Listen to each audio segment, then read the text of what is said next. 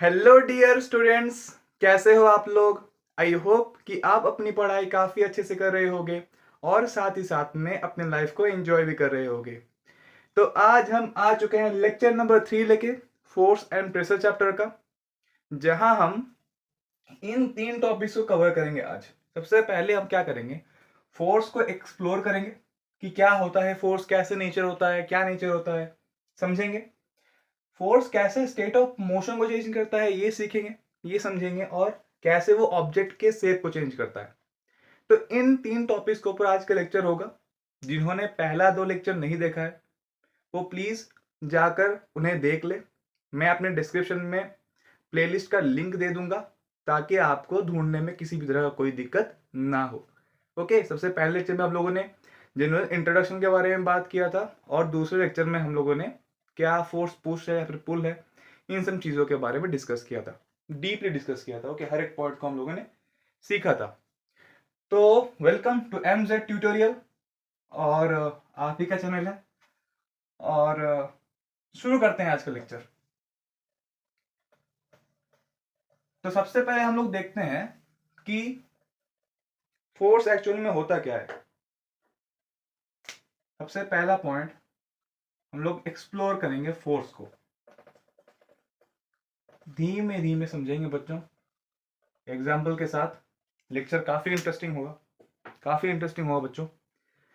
Suppose आप और आपका दोस्त, एग्जाम्पल के थ्रू समझेंगे। आप और आपका दोस्त क्या है, उसके बीच में एक ब्लॉक है।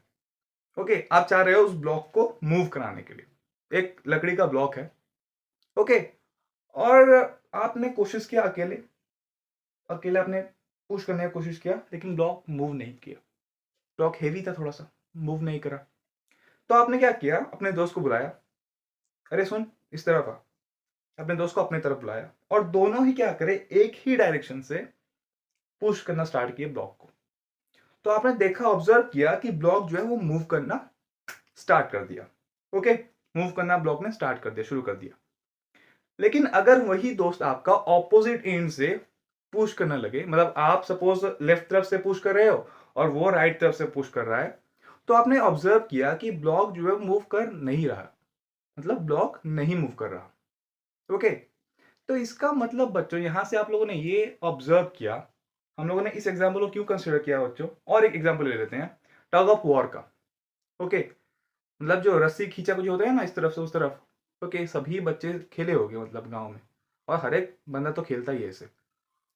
तो सपोज आपकी टीम में ताकतवर ताकतवर बंदे हैं और उस तरफ भी ताकतवर बंदे हैं।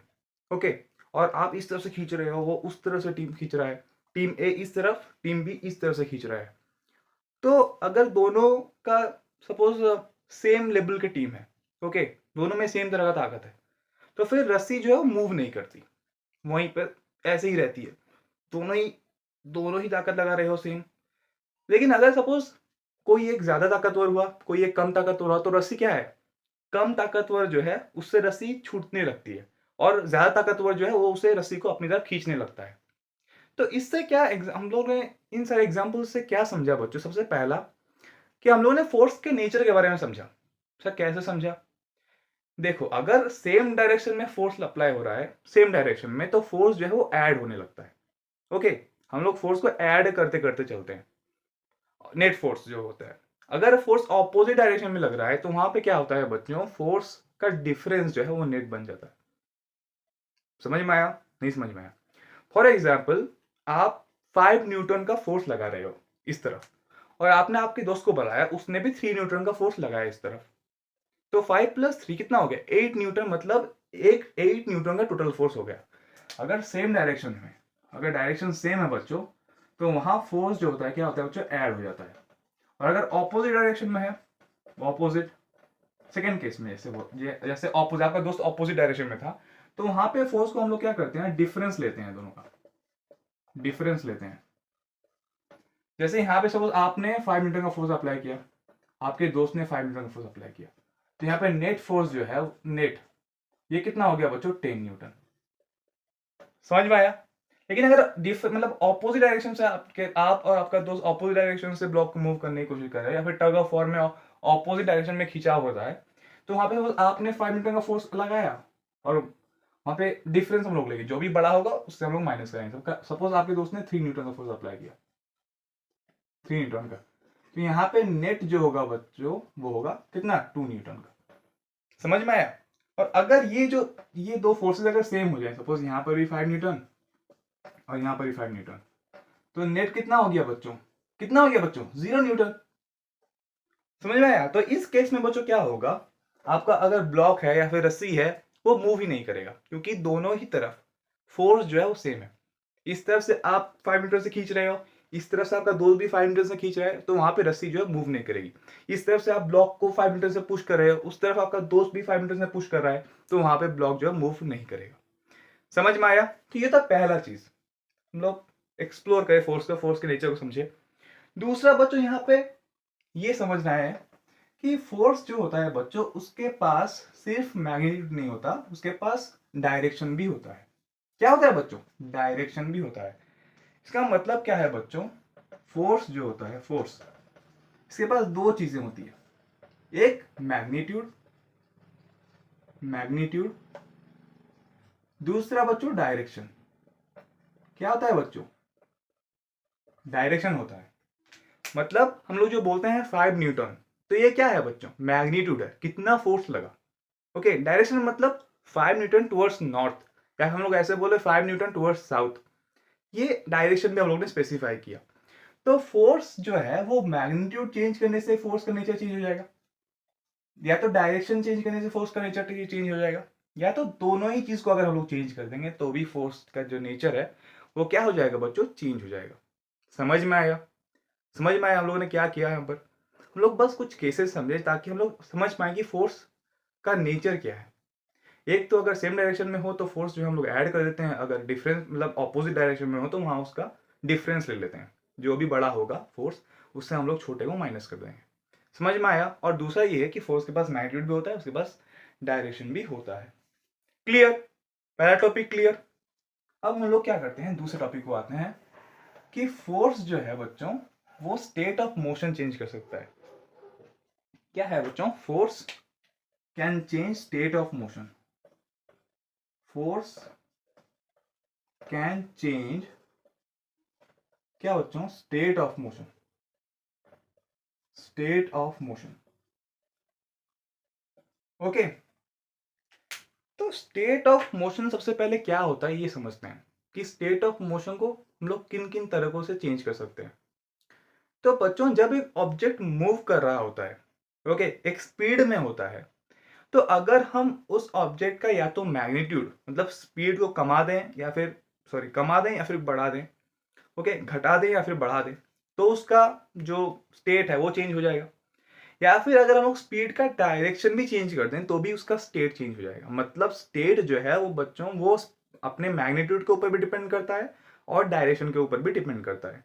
अगर मैग्नीट्यूड में भी चेंज हो गया तो भी हम बोलेंगे कि स्टेट चेंज हो गया, अगर डायरेक्शन में भी चेंज हो गया तो हम लोग बोल सकते हैं कि स्टेट जो है चेंज हो गया, ऐसे। ओके, तो force can change the state of motion. State of motion कैसे मोशन मतलब चेंज होता है, फॉर एग्जाम्पल एक बॉल है, ओके, वो टेबल के ऊपर आपने बॉल रखा और इसे आपने ऐसे पुश कर दिया। अब बॉल जो है वो गड़गड़ जा रहा है, मूव कर रहा है बच्चों, समझ में आ रहा है, बॉल जो है मूव कर रहा है, मूव कर रहा है। अब आपने क्या किया, उसे थोड़ा थोड़ा धक्का लगाते रहा, ऐसे धक्का लगा लगा के अपने बॉल को जाने दिया। तो यहाँ पे क्या होता है बच्चों, आपने एक बार धक्का लगाया तो बॉल का स्पीड जो है बढ़ेगा ना कमेगा, बढ़ेगा या कमेगा, बढ़ेगा बच्चों। और एक बार मूव कराया, ऐसे धक्का दिया, तो बॉल का जो क्या है स्पीड है वो और भी बढ़ेगा। समझ में आ रहा है ना। और एक बार पुश किया तो और भी बढ़ेगा। मतलब आपने क्या किया, फोर्स अप्लाई कर कर बॉल का जो स्पीड है उसे बढ़ाया। अगर कहीं पर आप क्या करोगे, अगर सपोज आपने ऑपोजिट एंड से क्या किया, बॉल को ऐसे रोक दिया, क्या किया, ऑपोजिट एंड पे जाके हाथ को दिखा दिया और बॉल आपका हाथ पे जाके टच हुआ, तो वहां पे बॉल का स्पीड जो है वो घट जाएगा। इसका मतलब आपने फोर्स अप्लाई किया, अगर सेम डायरेक्शन में आपने फोर्स अप्लाई किया तो बॉल का स्पीड जो है वो क्या होता है, बढ़ जाता है, इंक्रीज हो जाता है। लेकिन अगर आप उसी फोर्स को ऑपोजिट डायरेक्शन से लगाते हो, जैसे बॉल जा रहा था और आपने क्या किया, ऑपोजिट एंड्स में हाथ रख दिया, तो वहां पे बॉल जो है वो धक्का खाकर क्या होगा, उसका स्पीड जो है वो घट जाएगा। समझ में आ रहा है ना, समझ में आया। तो ऐसे हम लोग क्या कर सकते हैं ना, फोर्स जो है वो स्टेट ऑफ मोशन चेंज कर सकता है। और एक एग्जांपल, जब हम लोग क्रिकेट खेलते हैं, ओके, ये तो एग्जाम्पल मैं बहुत बार दे चुका हूँ कि जब हम लोग क्रिकेट खेलते हैं तो क्या होता है, सब हम लोग ने शॉट मारा, तो बॉल तो शॉट मारने में क्या है, बहुत तेजी से जाता है, मोशन पे आ जाता है। तो मोशन पे आ जाने के बाद क्या होता है बच्चों, अगर उसे कोई मतलब उस फील्डर से कैच कर लिया तो उसने क्या किया, उसको रेस्ट में कन्वर्ट कर दिया। बॉल अब स्पीड में था, अब कैच करने के बाद उसका स्पीड जो है वो घट के कितना हो गया, 0 हो गया। इसका मतलब उसका स्टेट जो है वो चेंज हो गया, स्पीड घट गया। और डायरेक्शन भी चेंज होता है ना, जब शॉट मारते हैं, बॉल तो आ रहा था सीधा आपके पास, बॉलर ने आपको सीधा बॉल फेंका, लेकिन आप शॉट के जरिए क्या किया, उसका डायरेक्शन भी चेंज कर दिया, उसका स्पीड भी चेंज कर दी। या फिर ऐसे हम लोग और एक एग्जाम्पल जो एनसीईआरटी ने समझाया है कि सपोज ये बॉल है यहाँ पे, सपोज बॉल ऐसे मूव कर रहा था, मैंने बॉल को ऐसे फेंका। ओके, बॉल है ये, और ये इस तरफ जा रहा था, इस डायरेक्शन में। मैंने यहाँ पे क्या किया, एक रूलर या फिर एक स्केल रख दिया, सपोज ये हो गया वो स्केल। ओके, तो बॉल जो है वो यहाँ से ऐसे टकराएगा, टकरा के इस तरफ आने लगेगा, बॉल आने लगेगा ना। इसका मतलब क्या है बच्चों, बॉल तो इस डायरेक्शन में जा रहा था, हम लोगों ने एक फोर्स लगा के उसे क्या किया, उसका डायरेक्शन जो है चेंज कर दिया। तो फोर्स से हम लोग किसी भी ऑब्जेक्ट का स्पीड चेंज कर सकते हैं, किसी भी ऑब्जेक्ट का जो डायरेक्शन होता है उसे भी चेंज कर सकते हैं। समझ में आया, समझ में आया कैसे हम लोग स्टेट ऑफ मोशन चेंज कर सकते हैं। अब बच्चों का सवाल यह है कि सर क्या हम हमेशा फोर्स अप्लाई कर कर बॉडी का स्पीड चेंज कर सकते हैं या स्टेट ऑफ मोशन चेंज कर सकते हैं? नहीं बच्चों। सर अभी तो आपने बोला कि हम लोग चेंज कर सकते हैं, चेंज कर सकते हैं, लेकिन सपोज ये दीवार है, ये सपोज दीवार है। ओके, अब मैं चाहता हूं कि ये दीवार मूव करने के लिए, तो मैं क्या कर रहा हूं, यहाँ पे फोर्स लगा रहा हूं, पुश कर रहा हूं इस वॉल को। क्या ये वॉल मूव करेगा? करेगा बच्चों ये वॉल मूव? नहीं करेगा। मैं तो फोर्स लगा रहा हूं, लेकिन फिर भी ये वॉल जो है वो मूव नहीं करता, क्योंकि इसको मूव करने के लिए हमें ज्यादा फोर्स की जरूरत है। ओके, मेरे पास इतना फोर्स है, मैं उस फोर्स से इस वॉल को मूव नहीं कर सकता। इसका मतलब बच्चों, हर कंडीशन में हम लोग फोर्स अप्लाई कर कर स्टेट ऑफ मोशन को चेंज नहीं कर सकते। ओके, समझ में आया कंसेप्ट, कैसे हम फोर्स लगाकर स्टेट ऑफ मोशन को चेंज करते हैं। अब तीसरा कंसेप्ट ये है बच्चों कि हम लोग फोर्स अप्लाई कर कर क्या कर सकते हैं बच्चों, शेप को भी चेंज कर सकते हैं। हम लोग शेप को भी चेंज कर सकते हैं। ये सब प्रॉपर्टीज हैं फोर्स की, कि हम लोग फोर्स के द्वारा क्या क्या कर सकते हैं। शेप को कैसे चेंज कर सकते हैं, सपोज मैंने क्या किया, गुब्बारा लिया, बैलून लिया, उसे मैंने फुलाया। ओके, अब सपोज गुब्बारा इतना बड़ा हो गया, अब मैं गुब्बारे को ऐसे प्रेस कर कर उसका शेप जो है चेंज कर सकता हूँ।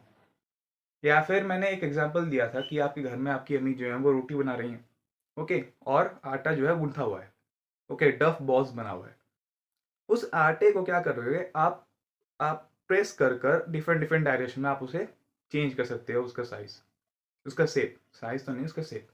ओके, आप इसे सर्कल में कन्वर्ट कर सकते हो, स्पीयर में कन्वर्ट कर सकते हो, आप इसे मतलब स्क्वायर साइज में, रेक्टेंगल में आप लोग प्रेस कर कर डिफरेंट डिफरेंट साइज बना सकते हो। मतलब आपने क्या किया, फोर्स अप्लाई किया। फोर्स अप्लाई करने की वजह से क्या हुआ, उसका जो शेप है वो चेंज हो गया। तो फोर्स से आप लोग ऐसे ऐसे कारनामे जो है वो कर पाओगे। समझ में आया, समझ में आया आज का लेक्चर। तो आज के लेक्चर हम लोगों ने क्या सीखा, सबसे पहले हम लोगों ने फोर्स को एक्सप्लोर किया। एक्सप्लोर करने का मतलब हम लोगों ने फोर्स के नेचर के बारे में समझा कि अगर सेम डायरेक्शन में हम लोग फोर्स अप्लाई करेंगे तो वहाँ फोर्स ऐड हो जाएगा, अगर ऑपोजिट डायरेक्शन में फोर्स अप्लाई करेंगे तो वहाँ डिफरेंस के बराबर हो जाएगा, अगर सेम फोर्स ऑपोजिट डायरेक्शन में अप्लाई करेंगे तो वहाँ नेट फोर्स 0 हो जाएगा। इसका मतलब वहाँ पे ऑब्जेक्ट जो है मूव नहीं करेगा, या अगर रस्सी को हम लोग खींच रहे हैं तो वहाँ पे रस्सी जो है मूव नहीं करेगी। दूसरा हम लोगों ने आज का ये सीखा कि स्टेट ऑफ मोशन को फोर्स चेंज कर सकता है। हम लोगों ने डिफरेंट डिफरेंट केसेस को स्टडी किया, वहाँ पे देखा कि स्टेट ऑफ मोशन मतलब वहाँ पे हम लोग स्पीड को घटा सकते हैं, बढ़ा सकते हैं, हम लोग मतलब डायरेक्शन को मतलब चेंज कर सकते हैं, नॉर्थ से साउथ, साउथ से ईस्ट, ईस्ट से वेस्ट, ऐसे हम लोग डायरेक्शन को भी चेंज कर सकते हैं। तो ऐसे करके हम लोग बॉडी का स्टेट ऑफ मोशन जो है उसे चेंज कर सकते हैं, रेस्ट से मोशन में ला सकते हैं, मोशन से रेस्ट में ला सकते हैं। और तीसरा हम लोगों ने ये सीखा कि हम लोग फोर्स को ले मतलब फोर्स को अप्लाई कर कर किसी भी ऑब्जेक्ट का शेप जो है चेंज कर सकते हैं। हम लोगों ने बैलून का एग्जांपल लिया, हम लोगों ने डफ बॉल्स का एग्जांपल लिया। Okay, clear. तो जब नेक्स्ट क्लास में हम लोग आएंगे तो हम लोग बात करेंगे कॉन्टैक्ट, नॉन कॉन्टैक्ट फोर्सेस के बारे में, टाइप्स ऑफ फोर्सेस के बारे में, कॉन्टैक्ट फोर्सेस के अंदर हम लोग मस्कुलर फोर्स पढ़ेंगे, फ्रिक्शन पढ़ेंगे। नॉन कॉन्टैक्ट फोर्स के बारे में हम लोग उसके अंदर पढ़ेंगे ग्रेविटेशन फोर्स पढ़ेंगे, इलेक्ट्रोस्टैटिक फोर्स पढ़ेंगे, ओके, मैग्नेटिक फोर्स के बारे में पढ़ेंगे। तो नेक्स्ट लेक्चर इसके ऊपर बनेगा। तो आई होप कि फोर्स के बारे में अब तक जो भी हम लोगों ने पढ़ा है वो आपको क्लियर हो चुका होगा। कंसेप्चुअली आपका बहुत ज़्यादा डेप्थ स्ट्रांग हो चुका होगा, ओके, आप समझ पा रहे होगे सभी चीज़ों को। तो मिलते हैं आपको नेक्स्ट क्लास में, तब तक के लिए आप पढ़ाई करते हैं। All the very best.